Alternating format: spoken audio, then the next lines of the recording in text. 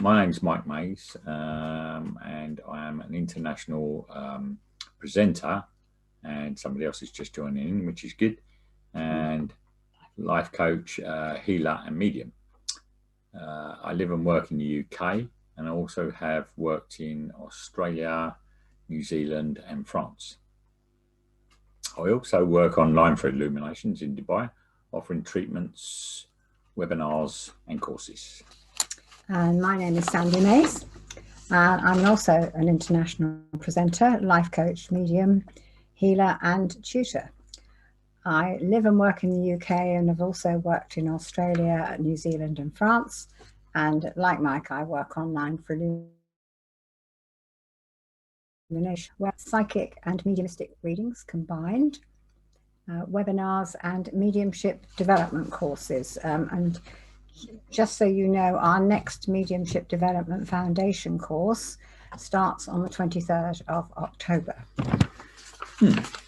Okay, so let's look at this. Healing benefits of energy freedom technique for pain management. This is what we're looking at tonight here. So energetic freedom is vital for everybody's holistic health. Everybody. We live in troubled times at the moment, and it's easy to lose that freedom by allowing ourselves to be limited by physical pain and dis-ease. Notice that word, dis-ease, disease, which results from energetic blockages. Autoimmune diseases such as MS, lupus, back pain, joint pains, digestive disorders, thyroid problems, metabolism malfunctions, asthma, poor circulation, weaknesses in these areas of ears, nose and throat are all examples of physical diseases, which result in a lack of energetic freedom. And this is what we're talking about here. So all these sort of things have a big effect on your energetic freedom. Okay. So this webinar will explain the science, the connection between the energy system, the chakras, and the physical body, and how the energetic freedom therapy can play an enormous part in alleviating pain and discomfort. This is what we're talking about. So in order for you to understand this, we need to talk a lot about energy, because energy is the basis of everything. And it is very positive, but it can be very negative. So we need to examine it and how it affects the physical body in all ways: energetic, mental, emotional. So we're going to put up, we're quite visual graphic people, so we're going to put up a series of slides for you to look at while we're talking. And what we find is if people just focus on the picture and listen to the words, you will absorb what you need to absorb from what we're telling you. Energy is the moving force of the universe and all the life forms within it.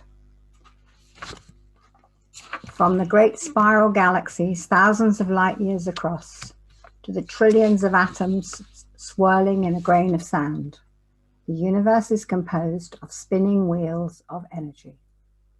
Flowers, tree trunks, planets, and people. Each is made up of tiny energy wheels turning inside, riding upon the great wheel of the Earth, spinning in its orbit through space. A fundamental building block of nature. The energy wheel is the circle of life flowing through all aspects of existence. At the central core of each of us spin 7 wheel-like energy centers called chakras, swirling intersections of vital life energy. Each chakra reflects an aspect of consciousness essential to our lives. Chakras are organizing centers for the reception, assimilation, and transmission of life energies. The body is a vehicle of consciousness. Chakras are the wheels of life that carry this body, this vehicle about through its trials, tribulations, and transformations. To run our vehicle smoothly, we need an owner's manual as well as a map that tells us how to navigate the territory our vehicle can explore. Well, there are 7 basic chakras which exist within the body, interpenetrating the physical body. The energy body is a non-physical psychic body that is superimposed on our physical bodies. It can be measured as electromagnetism force fields within all living creatures. So Chilean photography, this is how this works. It was a man, actually a Russian man in the 1920s, I think 1929, invented a camera that could measure electronically and take photographs of our energy field. And this photographer has actually been photographed of the energy field in both plants and animals. So let's go to slide 3 and I'll show you one here. Now, there we go. Okay. Your appears as a soft glow around the physical body. As you can see here, that is a picture of me, believe it or not, often made of spindle-like fibers at the core of the body. The energy fields appears as spinning discs, chakras. The chakras are the physical generators of the energy field, which is in the meeting point between the chakras and the influence of the outside world. Through modern physiology, we can see that these 7 chakras are located near the 7 major nerve ganglia that come from the spinal column. So let me show you this one here. So you can see the chakras there, the different colors through the body. And what the interesting thing about this is that behind each chakra, each control center, is a main nerve ganglia of the body. And those nerve ganglia are all connected through to the central nervous system, which runs up through the spine to the brain. So this is the integration of the body, the spirit or the energy, and the mind. So the chakras form a vertical column in our bodies, which is a central integrating channel for connecting the chakras and their various dimensions. It can be thought of as a superhighway on which energies travel, just as our asphalt highways are channels through which physical items travel from the manufacturer to the consumer. We could view the chakras as being major cities located along that highway, each responsible for producing their own kind of goods.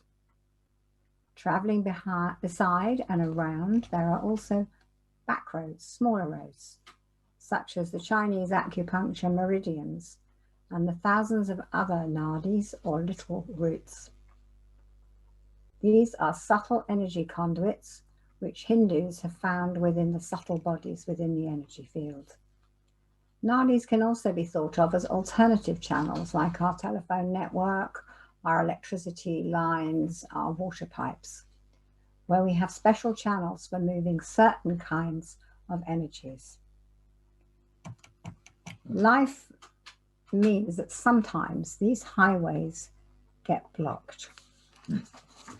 Absolutely. So, the chakras, they're made up of symbolic patterns of our own mental and physical programming. The programming governs the way we behave. Like programming in a computer, I suppose, it channels the way energy flows through the system and gives us different kinds of information. Each chakra, which literally means disc, can be through as a program or thought of as a program or on a floppy disk, runs certain elements of our lives, from survival instincts to our sexual programs to the way we think and feel. Each chakra has 2 protective jobs. One is energetic and one is physical. So to give an example, the throat chakra's job of the physical protection is to look after the ear, nose and throat and sinuses, thyroid and breathing, so all around this area here. Its energetic job, so the energy of it, if you like, a protection is to give us to be able to fully express our feelings and emotions, creating free flow. So basically, if we're not expressing ourselves properly, giving our true feelings, then that's what would happen. It needs to do that.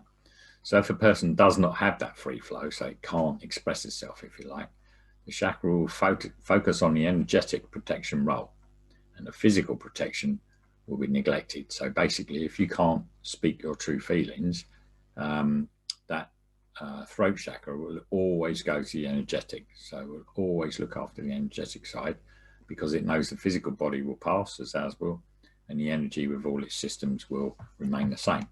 So then it stops looking after the physical side and just looks after the energetic side. So that's why we get problems in that area, ear, nose and throat. So that's how that basically how that works. So a blockage in the throat chakra can lead to this weakness and problems in ear, nose, throat, sinuses, thyroid and breathing. The content of the chakras is formed largely by repeated patterns from our actions in a day-to-day life. Repeated movements and habits create fields in our world around us. Programming from our parents and culture, physical body, shape, situations we are born into, and information from previous lives are also important factors. So you will realize that it is our best interest to regularly check on our chakras and the energy field. With its meridians and nadis, in order to clean up our outdated or negative programming that may be getting in the way and preventing us from functioning freely and emotionally, energetically, mentally and physically.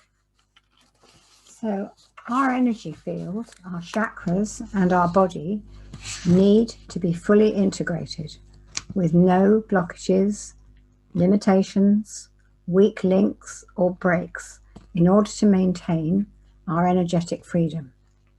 We need to keep our energy system in sync and balance. In that way, we can manage our pain and discomfort which arises from those imbalances. Depending on what is going on around us, our nervous system and our brain are constantly processing, which can lead to overload and stress, both of which inhibit the natural flow of energy in our system, leading to feelings of being out of control, anxious and inhibited. Therefore, we are not free. Our energy is not free. Our body suffers as a result, and we have pain and discomfort, disease. We don't feel at all good. The chakras are continually receiving energy from our surroundings and from people with whom we come into contact with in our daily lives. Some of this energetic input is positive. In today's hectic world, a lot of this input is negative. This all has an effect on our energy system. We can feel energetically exhausted and drained. The energy flow can be restricted and sluggish rather than free, and we can feel traumatized. So if we look at the illustration we have here, this represents two human beings and with their chakras. So there we have them on the left. So starting at the base, we have the base or root chakra, then the sacral, the solar plexus, the heart, the throat, the third eye, and the crown.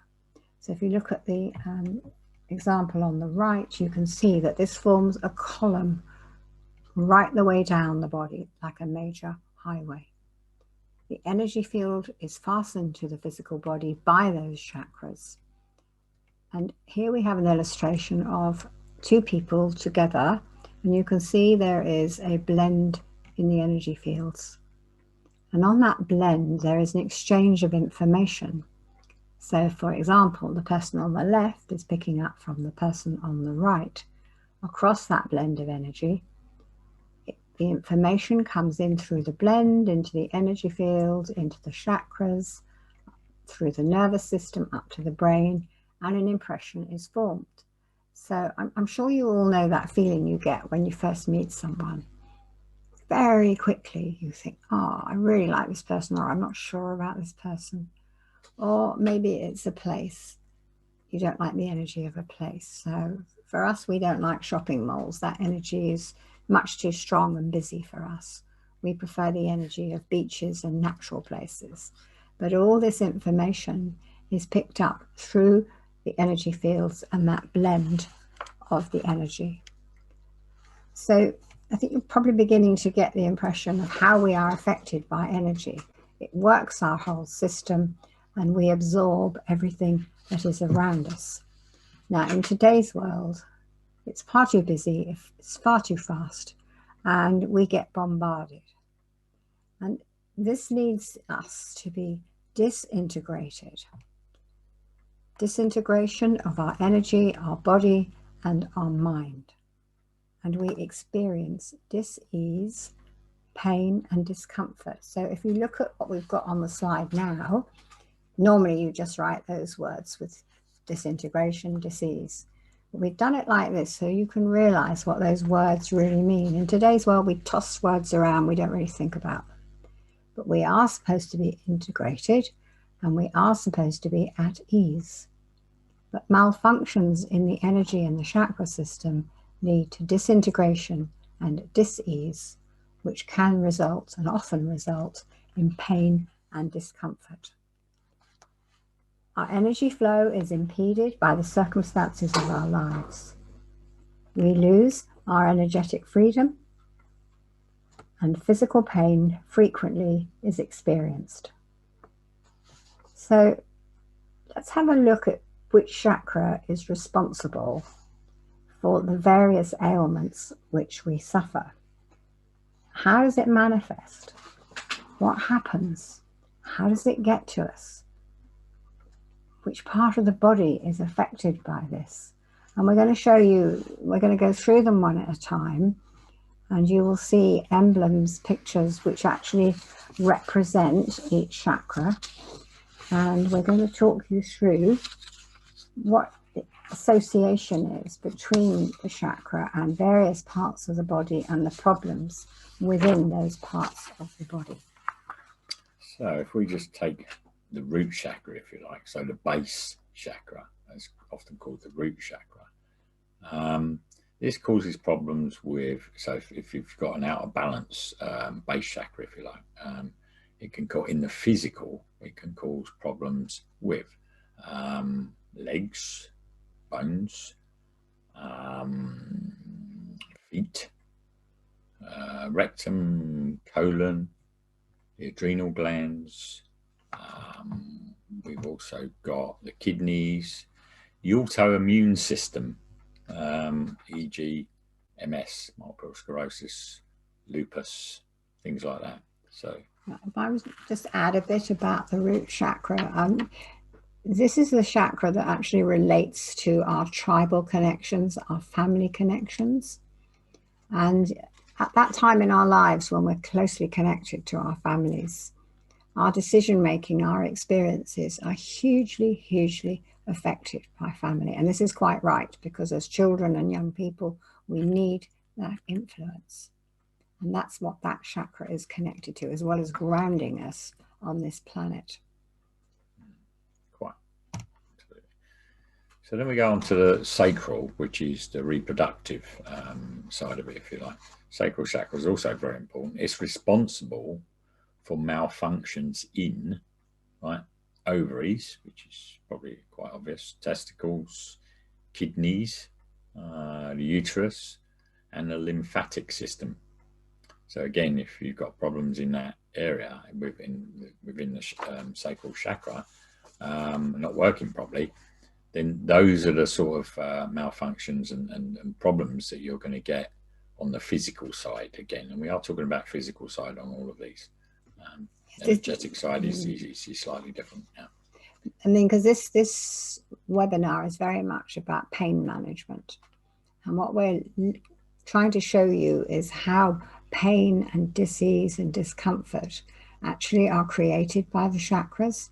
Everything starts in the energy. And this is how Chinese medicine works. A Chinese doctor won't take your blood pulse. He or she will take the energy pulses in your arms, because what they want to find out is where the blockages are in the energy system before they manifest in the physical. If you go to a Chinese doctor and say, oh, I've got this wrong with me, they'll say, well, you should have come and had a regular monthly appointment so I could monitor your energy. And I could have predicted that this was going to happen, and I could have cleared the blockages. So just referring again to the sacral, bringing it into context with your lives. This is the area that represents the time when you are beginning to form your own impressions, what you like, what you don't like, your experiences. You're moving away from the tribal, you're moving away from the family connections, not completely, but you're not governed by them anymore, or you shouldn't be. You should be now learning how to make your own decisions, your own, based on your own feelings and experiences. And this is a natural process. And I'm going to come back to this a bit later, because if this natural process of breaking away from the family links, the tribal links, the influences, shall we say, doesn't run smoothly into our own experiences, then this can also cause problems in those chakras. So I'll come back to that a bit later. Good. Yeah, we will. By the way, if there is any questions and that, we will take them at the end. A bit later on. Right, and also, if you needed to put anything in the chat box and ask, we'll look at that as well. So thanks. Okay, so the next one is the solar plexus around the stomach area here. And that's quite important, this one. It's used a lot. This can disturb, again, in the physical. It can be affect the digestive system, obviously, through the stomach area there. IBS, irritable bowel system, yeah. The pancreas and metabolism, so your metabolic rates. So that's one that would have a lot of problems within that area if your solar plexus chakra was out of balance or not working properly. Okay. And this is very easy. It's very easy for this to happen, because this is the one where if something, we're apprehensive about something, we might get butterflies about it. This seems to be the chakra that receives most of the effects of what goes on in our lives. It's very sensitive. It's of the fire of the sun. It is our internal furnace, if you like, hence the metabolism being connected to it. And if it's malfunctioning, then it's going to cause major problems in digestion. Now, with IBS, if I just go back to that, I've got a few friends who've got this, and no medical person seems able to sort of, they just say, well, have this, take that, don't eat that. Nobody goes to the energetic causes of that problem. If you can get to the basis of those, then things can be alleviated. Pain can be alleviated, discomfort can be alleviated. Now, just going back to the decision making, is climbing up this pile of chakras in your lives. The solar plexus is the chakra which enables you to make clear decisions in your life based on your experiences through the sacral of finding out what you like and what you don't like, and again resting on the tribal and family influences. So perhaps you're beginning to get the idea that we're building a stack here. We're moving up through a pile, that straight line through the right hand stick person in the previous diagram. And it's very important that this is solid, because again, malfunctions here, negative influences in any of them can impact on the others. So again, we'll refer to this again, but I hope you're beginning to get the idea of how all of this relates to how we feel physically, how our organs function, how our body functions. And we can get to grips with this. We can control this if we know enough. Yes, quite. Okay, so next we have the heart chakra. This is heartfelt as well. This is a good one. So heart chakra governs the heart, obviously, blood circulation, the lungs, area, the breast area, and the lymphatic system. So it's quite an important one now. Lots of problems with people with lymphatic systems. It's very important for a couple of reasons, really, because this governs our emotions, and our emotions are energy, and the energy emanates from here into various parts of the body. So one example of this is breast cancer, which is getting more and more common in today's world. And that is caused by the malfunction of the heart chakra. The heart is not nourished sufficiently. Perhaps the person isn't loved. Perhaps they don't know how to love. Perhaps there's childhood issues there connected with the heartfelt feelings. But normally, if you have a real close look at people who get breast cancer, there's normally some emotional deficiency connected to the heart there. So it follows that if people have had breast cancer, and perhaps they've had surgery, and they're afraid that it's going to come back again, what they need to look at is what caused it in the first place? What was it in my life that caused this malfunction, this dysfunction in my body and allowed this to happen? The dis-ease. There's all kinds of factors connected with this, but the emotions, the energetic input is really, really important. Okay, so now let's have a look at the throat chakra.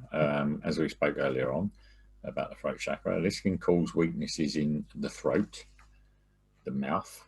A lot of people get mouth ulcers and things like that. That's quite important. The tongue, the thyroid, which is important, the jaw, neck, and larynx. So, for example, again, as we said before, if you don't express your feelings, true feelings properly, it will give up looking after that physical body, that area. So, you might get sort of, like continuous little tickles in the throat, coughs and things like that. Clearing of the throat. Clearing of the throat, colds all the time, sort of breathing problems, neck ache, backache, neck or shoulder ache. And eventually, thyroid problems. A lot of people have thyroid problems, and it's just caused by the fact mainly that they're not expressing themselves, or they haven't been able to express themselves properly. And this is not just now, this is probably from childhood as well. So leading right up to now, it's going to affect that because it's not looking after the physical and it's just looking after the energetic. So once we start to actually realize that this is what's happening, and once we start to maybe write things down or get things off our chest, as they say, that old expression, get it off your chest. So you write it down and you take it away from your energy field. Then that particular chakra will go, it's okay now. I can start looking after the physical as well as the energetic. So the two get balanced properly. Yeah, and often the problems with the throat chakra begin in childhood, particularly with sensitive people, where the child doesn't feel able to express its feelings or feels that the adults aren't listening or taking any notice. So gradually the child will learn that there's no point in saying how they feel because it won't make any difference. And this habit continues through the lifetime.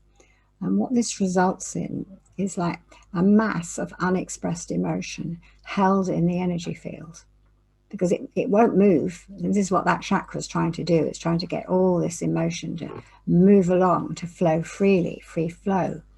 It's like water, it needs to flow. If it doesn't flow like water, it stagnates.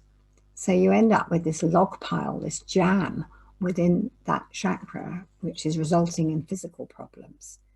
So one of the first things that people need to do in this case is clear the clutter in the cupboard of the throat chakra, because it's all held there, and it's sort of, there's a store cupboard in the chest area. Hence, as Mike said, that expression, getting it off your chest.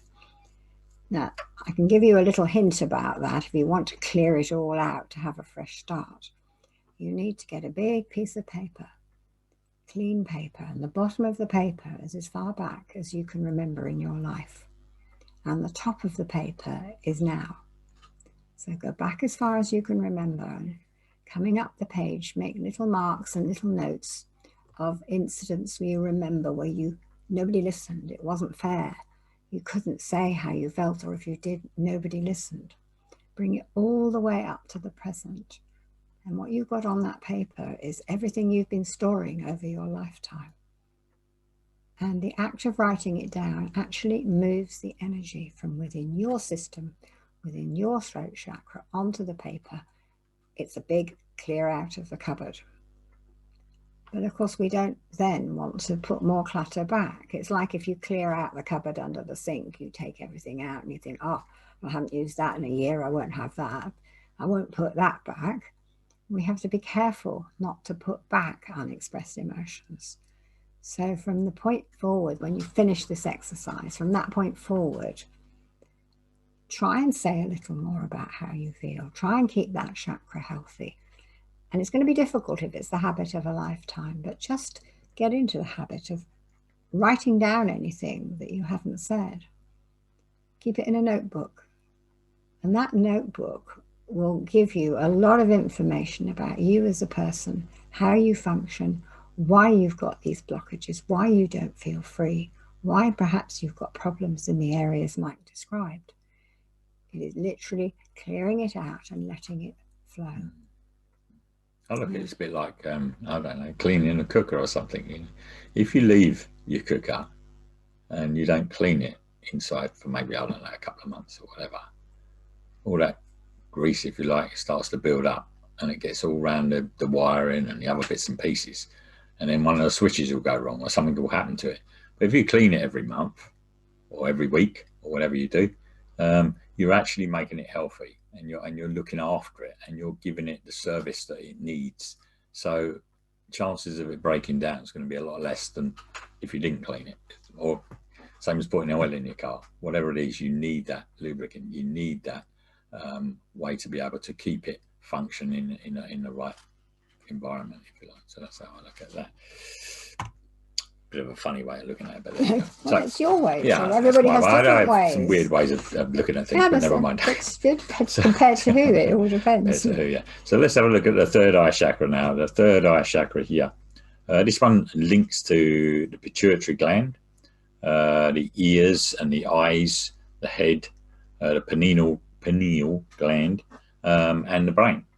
Again, very important. That's quite a psychic one, that one, isn't it? Well, yes, it can be. And this is where we are now moving up the chakra stack. We are moving into the spiritual side of things. The chakras below the heart are all to do with our existence on this planet. The chakras above the heart are much more about our emotions and our spiritual connections and our connection to the universe. So with this one, the pituitary gland and the pineal gland are very, very essential for people who are using their mediumship skills.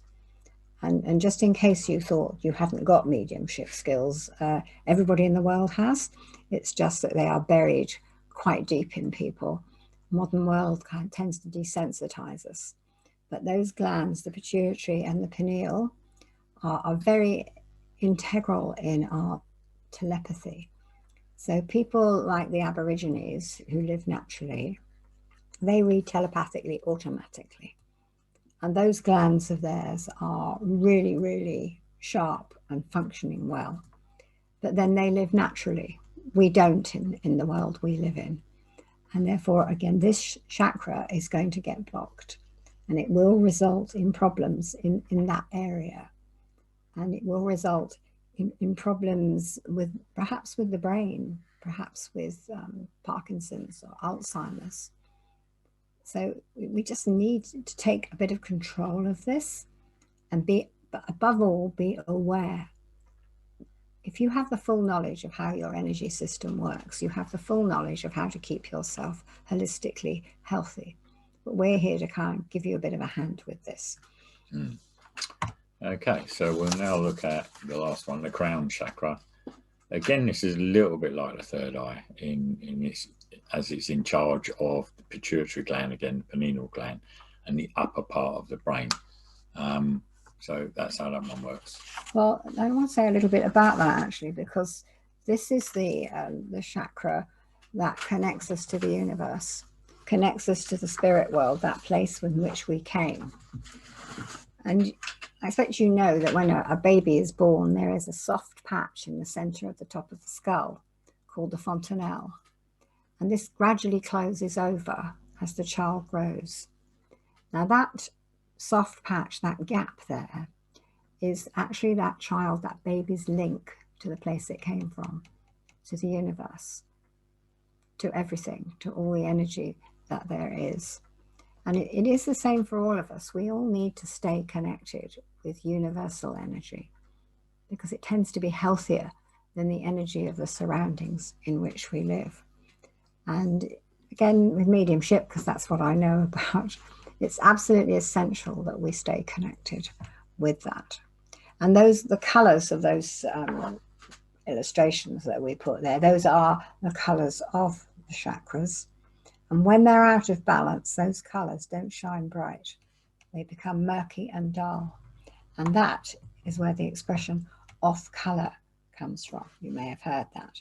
Oh, somebody's feeling off color. It's because they're out of balance and the chakras are all out. And then you're going to have the pain and discomfort of physical ailments. And what this is all about, this energetic freedom technique is all about, is sorting that out for you. Okay, so we do have several questions in the chat box here, which we will get to. We will answer all your questions and any other questions that you have in a moment or two.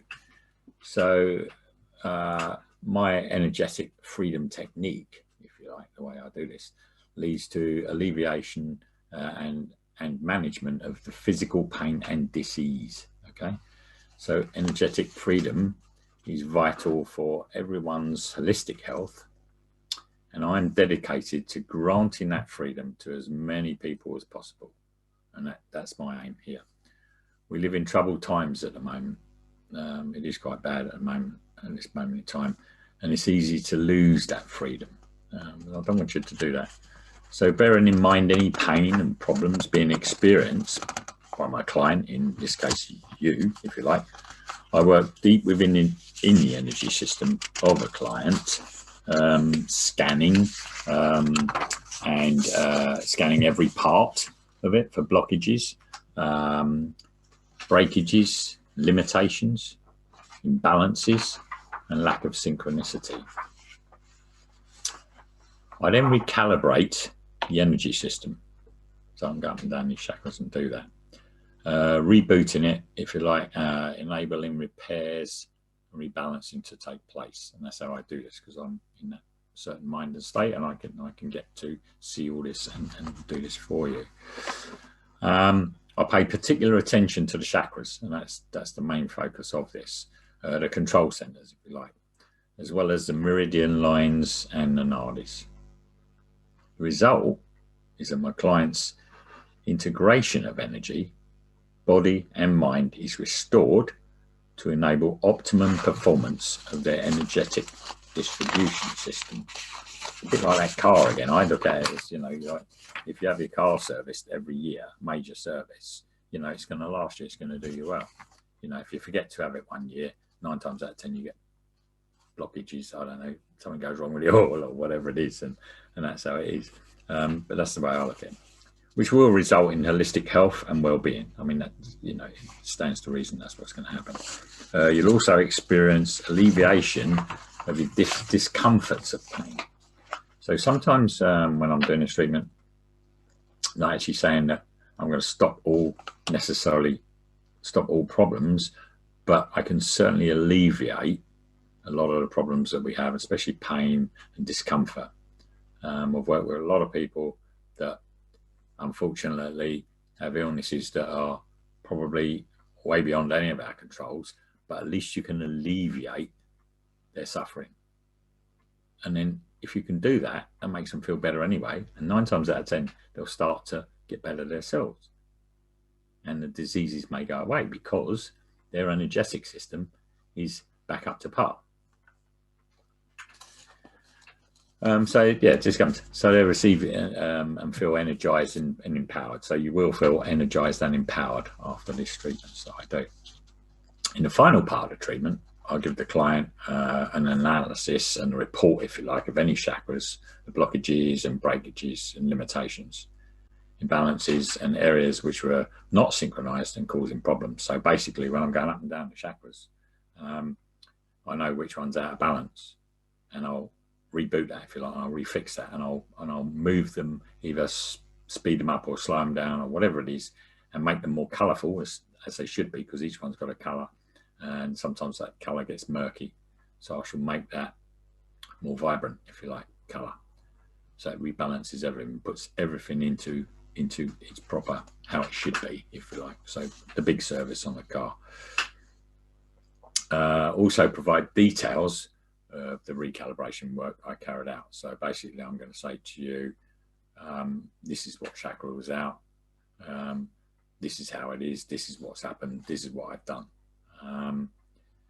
So again, and then I'll give you an advice as well on the actions that you could carry out yourself. So basically, if I see a blocked chakra and I repair that, then I can say to you, well, that was blocked because of this and this. So maybe next time that happens, you'll know what to do. You'll be able to manage it yourself, because that's what I want. I want you to be empowered, if you like, yourself. I don't want you just to come to me every time there's a problem. I'd like you to be able to have the wherewithal so that you can sort this out yourself. That's what it's about. So yeah, carrying that out yourselves to avoid damage in the future, and that's what I do. You'll also have energetic freedom, you know, and you get some examples. I can give some examples of diseases and stuff like that. Shall we do questions? We do questions, yeah, I think, questions first, and then we'll now. give some examples. Examples let's have a look. So if any of you wants to unmute yourself and ask a question, you can anyway. I'm just going to go to the chat box here for a minute. Oh my goodness, look at all this. Yeah, there's a few. Oh, well, you have all been busy. We have been busy. So question, I'm not going to say who the names are, but you know. I have a question regarding a shallow portion in my crown chakra. Is this normal? Because is this normal because before it is flat, but now it is shallow? Like any touching it. I mean, in crown chakra part, top of my skull. Okay. So basically, you touch it before you know they got any. No, let's have it up here, aren't they? They're up the top. Right. So this is what I described earlier on. This was the fontanelle area. And I think what you're saying, that it's changing slightly. Now, this is probably an energetic reason for this. So this, without actually asking you questions, it's quite hard to know. But I would say that you are probably becoming more sensitive. You are receiving more energy in, and therefore your skull is actually adjusting to that. But I mean, I will say this, and I will say, you know, don't ignore the medical profession. If you are really worried about it, just have it checked out. But my gut feeling is that this is an energetic thing connected with your sensitivity and an increasing connection to the universe. And this is happening actually to quite a lot of people at the moment. The energy levels of the universe are rising. And we, as inhabitants of this planet, our energy levels are rising as well. And in highly sensitive individuals, this will be more acute. So I would say to you, it's nothing to worry about, but just pay attention to your spiritual beliefs, your spiritual practices. And by spiritual, I'm not being religious here. I'm actually talking about your energy, because your energy field is your spirit. That is the part of you, the mind, body, spirit. This is the spirit that will survive the death of the physical body. So I believe this is your spirit adjusting itself, and it might well pay you to investigate some spiritual practices, maybe even mediumship, certainly meditation. So I hope that helps. If you've got anything else, put another question in the box. We'll get to that in a minute. So again, same sort of pattern. So the solar plexus area is related with bloating and gas in the tummy area? Question mark. I always suffering from bloating, and doctor cannot cure it. Well, yes, it probably would be. The solar plexus area, it's usually like tension, anxiety, that sort of thing, stress. It all emanates from there. So if you're going to get these problems, as in stress and anxiety, and fluttering of the stomach, you know, or you're sort of het up, then and tension, if you like, then that will cause the suffering, the bloating, and tummy and gas in the tummy area. Absolutely. When we talk about probably it's a big subject actually, but when we talk about how you can manage the solar plexus area and start to help the solar plexus chakra to be rejuvenated, fixed, if you like, and that will stop that. So if I was to be able to look at that particular chakra for you, I would speed it up, slow it down, I would adjust it so that it alleviated those problems and it started to cure, if you like, or look after the physical body, not just the energetic side, because that's where it comes from. I think I did mention earlier that the solar plexus is very much a place where stress hits. Yeah. And the symptoms you're describing here can be because the stress will affect the adrenals, it will affect the metabolism, it will affect how you digest your food, and the body kind of rebels. And this is how you get the extra air being held there to create the bloating. Yeah. So there's another side to this. So I don't know when everybody suggested to you that perhaps you look at what you're eating.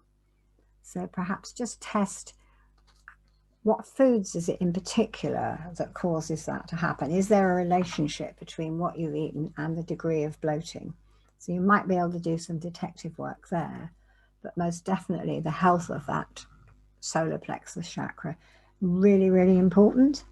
It may also be nervous stress, because I said earlier, this is the center, this is where we should be able to make our firm decisions in life. I'm going to do this, I'm not going to do that.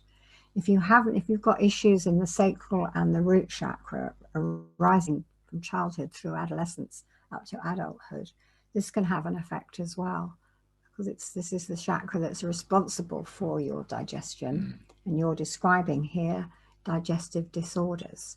So there's sort of a little bit for you to think about there. But I don't think it's as simple as just grabbing a packet of Rennies or whatever you have in Dubai for indigestion and bloating. I think there's other things to be looked at, and certainly relaxation, meditation, and noticing how outside influences make you feel. So if you start the day feeling all peaceful and fine and your breakfast goes down all right, and then by lunchtime you're all stressed and the bloating's coming on, what were you doing between breakfast and lunch? Who were you with? What were you listening to? I mean, we're bombarded all the time. There's far too much information for us to process. So it is an awareness thing. I mean, we do workshops on the art of awareness. It's an art that's dying. People are losing it. Just be aware of what's doing this to you. Maybe keep a little diary about it and see what information you get. So I hope that's helpful. But I mean, you can always get in touch with us through Illuminations if you want more information on this. Okay, so here's somebody nice. Good evening, Sandy and Mike. Good evening to you. I nearly every day have swollen legs, mainly in the summer. Though I take tablets, please let me know how I can improve my heart chakra. I do meditate daily. Thank you very much. How polite. Isn't that nice? Yes. Heart chakra.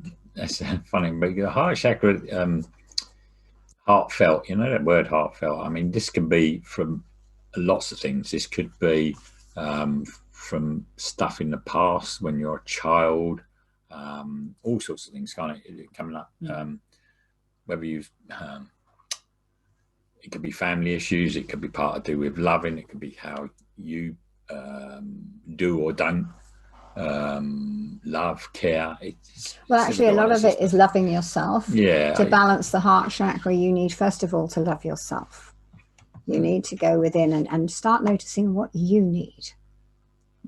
What is it you need? Are you allowing your feelings to flow freely? The symptoms you're describing, they do sound to me, and Mike could be better at this when he did an examination, an energetic examination of you, but it does feel like the whole circulation system is a bit blocked and it's just not flowing properly. So have a look at your life. Is it flowing properly? Or are you holding on to things? Are you holding on to things from the past? Is this stopping the flow of liquid in your body, the control of that? So hopefully this is giving you an idea of what to think about. But behind every dis-ease, there is an energetic reason, an energetic blockage. But I'm just sensing this now. If I do this intuitively, I do feel that you are holding on to a lot of things a lot of energetic, emotional things. Heartfelt. And this is affecting the free flow of your body fluids. So your body's sort of holding on to them. But just a really basic thing, exercise can help. And also that old thing, putting your feet up. We're far too busy in today's world. And we try and have some kind of rest period every day, because everything's just too much, even with COVID, and we're working from home all the time now. Even then, it's just too much, and you need to stop. You need to stop and just be, and notice how your body's feeling. That's right. You definitely need the fresh air, especially in the COVID, really. I mean, even for us, you know, working from home is wonderful because we've got all you people from all over, you know, wherever we are. And that's absolutely great. The downside is we're in our house all the time. So unless we actually go outside to the garden, even if it's raining or whatever, stand with an umbrella, I don't know, just a bit of fresh air. So, because, you know, you don't want to sit in the four walls. Okay. Can you show me that? The rest of that question there? Is it gone? That was, yeah. It was rebalancing. Oh, okay. I thought right. I thought they'd added something. No, this one's just repeat, and then she says thank you in the end. So, okay, good. Oh, there I go. Right, I tried some energy healing myself. I had a rash on my ankle and my foot swelled. I also had a rash on my joints in various places. I'm not allergic to anything. Can you explain what is going on here? Yes, your body's kicking off. That's what's going Sounds on like there. It. It is his nervous reaction to things. So it's without talking to you, it's going to be quite difficult.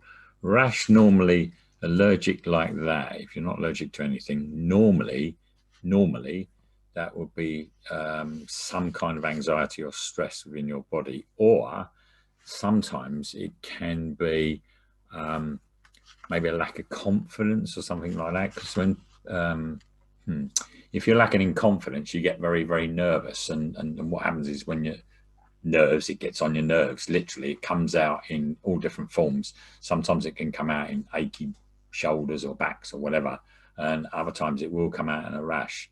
So without actually seeing and knowing, I can't answer your question fully, but I would imagine it would be something like a very sensitive person, quite nervous or quite reserved, and possibly the world is what's going on around you at the moment is too fast and furious, and that can have an effect as well. Yes, so sometimes again, rashes can be a warning sign from your inner systems. It's an outward sign of what's going on inside.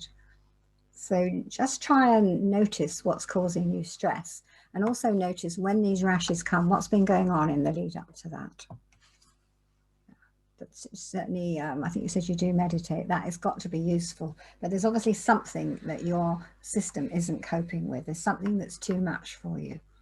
So just have a little look, maybe keep a little diary about what's going on. When did this start? What was going on before? What have you been doing?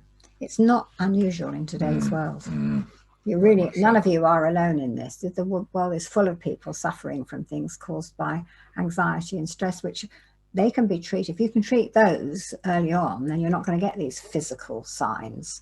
But we're here today to talk about alleviating the discomfort and pain of the physical results of neglect of the energy system. And given, you know, when I do this technique, I will find out where those blockages are and what's happening, and I can give that to you, and you'll probably say yes, and then we can talk about how you can manage it yourself, which is what I said earlier on. So that would in fact have a big effect on you. So that's good. So someone's got, thank you very much for your previous advice. Oh, precious advice. Precious that's advice. Nice. Oh, that's nice. Oh yeah, thank you. Stress about financial, especially. Thank you. I'm actually dieting right now and losing a lot of weight. Well done. Yes, so thank you so much. Well, if you're doing that, make sure you drink plenty of good, clean water. Thank because you so when much. We're dieting, we need to flush toxins and other bad things out of our body. I think that's it now. Thank you so much for advice. I've got one more here. Is there anything else there? No, not at the Okay, moment. well, I think I've got time for this one. This didn't come from this group. It came from somebody that I know, and I thought it was a good one to talk about. I've been diagnosed with MS, multiple sclerosis, and told that there is no cure. What is multiple sclerosis? And is it true there is no cure? So multiple sclerosis is the result of a malfunction of the autoimmune system. And lupus is another example of this. There's a lot of things that result from this malfunction. But multiple sclerosis results in the brain not working properly, inhibited movement, all kinds of things like that. And the common medical belief is that this will just get worse and worse, and all you can do is stabilize it. But what needs to be done, because I did a lot of research for this person, and what needs to be done is to look at the person's life and what is it they're not able to cope with. Now, we don't have to cope with everything. We all think, oh, I have to do this, I have to do that, we should be able to do that. No, we're all different. And some things we can't deal with. And the more sensitive we are, the less we can deal with the busy world. So the very, very fast pace of life, which is experienced by a lot of people on this planet, is often too much for people. And it will actually make the nervous system weaker and vulnerable, because everything comes in through the senses, through the chakras, all bombards into the nervous system and overloads it. So if you think of a circuit board gets overloaded, it blows up, doesn't it?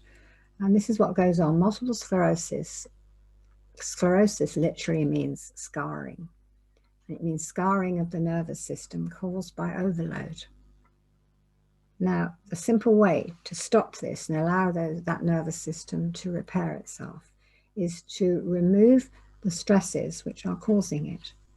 In this particular case, it was a young girl who'd had problems with school, and COVID meant she didn't have to go to school anymore. So a lot of her problems, her nervous stress problems, her panic attacks, all disappeared because she didn't have to go to school. And that started in March here in England.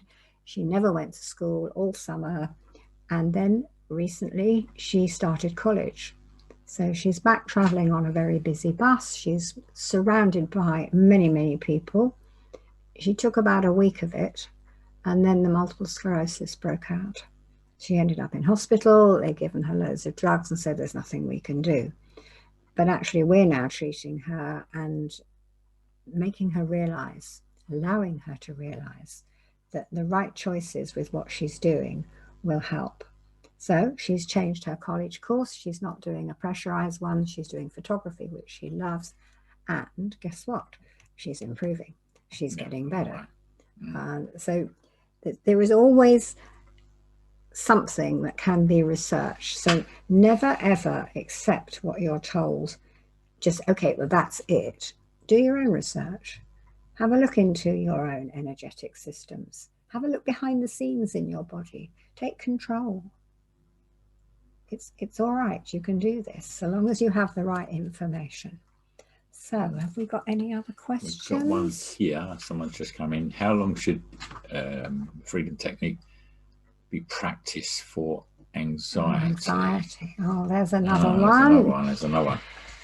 Yes. Well, that's a really nasty thing to have, anxiety and resulting in panic attacks. So I think, well, first of all, we need to, what we would need, I would do personally is when I did this practice for you, so I did for you, this person who's speaking now, I would find out where the problems were. Obviously, you're talking about anxiety, what particular chakra has been involved in this, and then I can actually sense, if you like, what's happening with you, and then we could talk about how you could manage it. So how long to be practiced, that really does depend on you and depends on the information that I give you as to how you can start to alleviate yourself.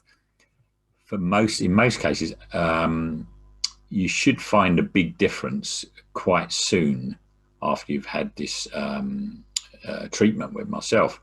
But again, it depends how well you respond to it. So if you, say, for example, did a little bit of self healing and practicing, only 2 to 5 minutes every day, if you like, you will find within 14 days, probably, you would see a massive amount of difference. You should do anyway. Yeah, I think one of the things you have to learn to do is make choices. So if this is caused by you doing too much and just always saying, yes, I'll do that, just step back and be kind to yourself. Just actually say, I really can't do that today. I'll do it for you tomorrow, and take some time for you. Don't worry. We are not inexhaustible. We're not super beings. We're human beings. And, you know, sometimes we just try to be all right and we're not. So again, I've said this several times on this webinar. Keep a little journal about when does the anxiety start? What kicks it off? When did it begin? What was it? Do your detective work. And in a lot of cases, of course, it'll be not necessarily us, but other people. In most cases, it'll be other people or other things that are affecting you, that are getting on your nerves, literally. It could be stuff from the past. It could be, you know, stuff that you still can't get rid of, if you like. And you're dragging it into the present. So you're dragging it within you now, and it's with you all the time. It can be a work situation or one particular person. It could be a family member who you think, well, I can't say that to, I can't do this, I can't do that. But there are ways of doing these sort of things. There are ways and degrees of how you can reduce it, if you like. Maybe it's trying to do too many things, think about too many things at once. The practice of mindfulness is quite good with this. Just say, I am now doing this, and this is going to take me so long, and I'm not doing anything else or thinking about anything else until I've done this. Make lists. Don't hold it in your head. But as Mike said, you know, really without him actually seeing you in a treatment, it's really hard to accurately say what's going on. But just a little emergency holding treatment, if you like. I don't know if you can get this where you live, but there is the Bach flower remedies. That's BACH. And then the Bach rescue remedy, it's just a few drops on the tongue as often as you need it. It's very good for settling anxiety, because anxiety can build on anxiety, and this kind of stops it in its tracks. It doesn't cure it. It'll come back. But while you're trying to sort it out, this might be something to carry in your handbag, or this is a man or woman I'm talking to. Well, it doesn't really matter. You know, man bags, I expect they've got. Yeah, well, show you. So yeah, we've got some here. Yeah, I don't know if you can see that. There it is. It's Bach. BACH. I mean, I think remedy. You'll certainly get it online in a chemist or somewhere, I would have thought. It's very good for emergency treatment, if you like, the instant result. So. Thank you all for coming. I think there was about 8 of you. Thank you very much. Hopefully we've answered some of your questions. Hopefully we've made you feel a little bit better within yourself. This is what we're trying to do for you. We're making you empower yourself, if you like, as well. So yes, thank you for being here. Sorry? So you start them off. Yeah, we start them off. So there you go. So we kickstart it for you, and hopefully that's good. Well, Thank you you do. so much. I just do readings. I know. Just do reading. My wife does readings. But this is very much your thing. This is mine at the moment. Thank you. Thank you, Illuminations, as well. Nice little heart from Illuminations. That's really nice. Don't know who you are. Probably Pia. It could be anyone. So thank you all for coming. Thanks for coming. And if you've got any other, if you want to get in touch with us, you've got any other questions you want to put to us, just get in touch with Illuminations. They know where to find us. Yeah, they'll sort you out. We're more than happy to answer any questions you want. Okay. All right. As long as it's not tomorrow, Tuesday or Wednesday, because that's our days off.